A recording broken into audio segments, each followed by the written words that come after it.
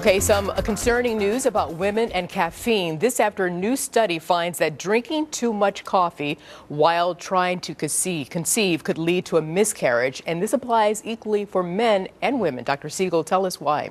Well, first of all, Arthel, you made a great point, which is, so let's start with the fact that this caffeine can affect men's sperm, so it can affect the ability to conceive.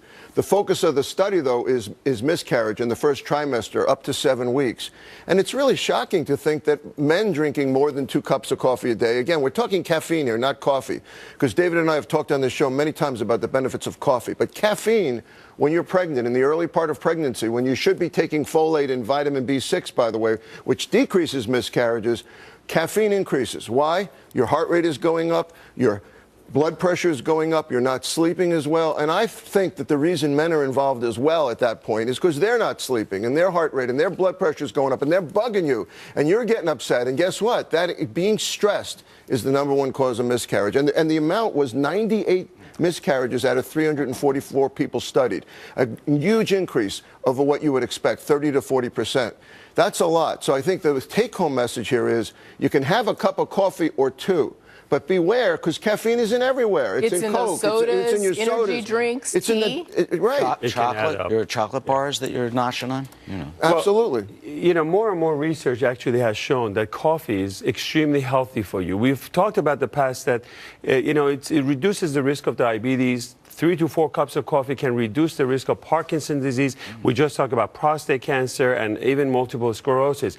But the exception to the rule is that if you're pregnant, you should not be on caffeine or coffee. If you have reflux, if you have arrhythmia, heart disease, if you have anxiety disorder or sleeping problems, stay away from coffee. For pregnancy, I think what it does when it comes to men, it changes something called sex hormone binding globulin. What does that mean? It can change your estrogen and testosterone and can maybe change the motility of the sperms.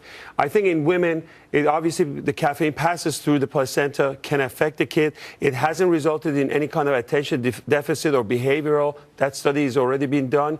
But I think up to 200 milligrams is what American Society of Gynecology and Obstetrics is saying. 200 milligrams, which is about 2 cups or less. 2 cups of coffee or less. An 8 ounce of coffee, Arthel, is about 140 milligrams. So 2 cups or less a day, and no milk or sugar, obviously. That's obvious. One word of caution before you go, just a quick word of caution. If you stop drinking your coffee, because we're warning you out here, beware. Right. Don't go running to the pharmacy and take some headache medication something that I definitely don't want you to have during pregnancy. Exactly, because sometimes if you do cold turkey off of coffee, you get headaches and other things, or mainly headaches, and you got to take Emphasize medicine. prenatal vitamins, please. Folic acid, and you said vitamin B6. That's very important. Okay. Folic B6 and Folic acid and vitamin B6.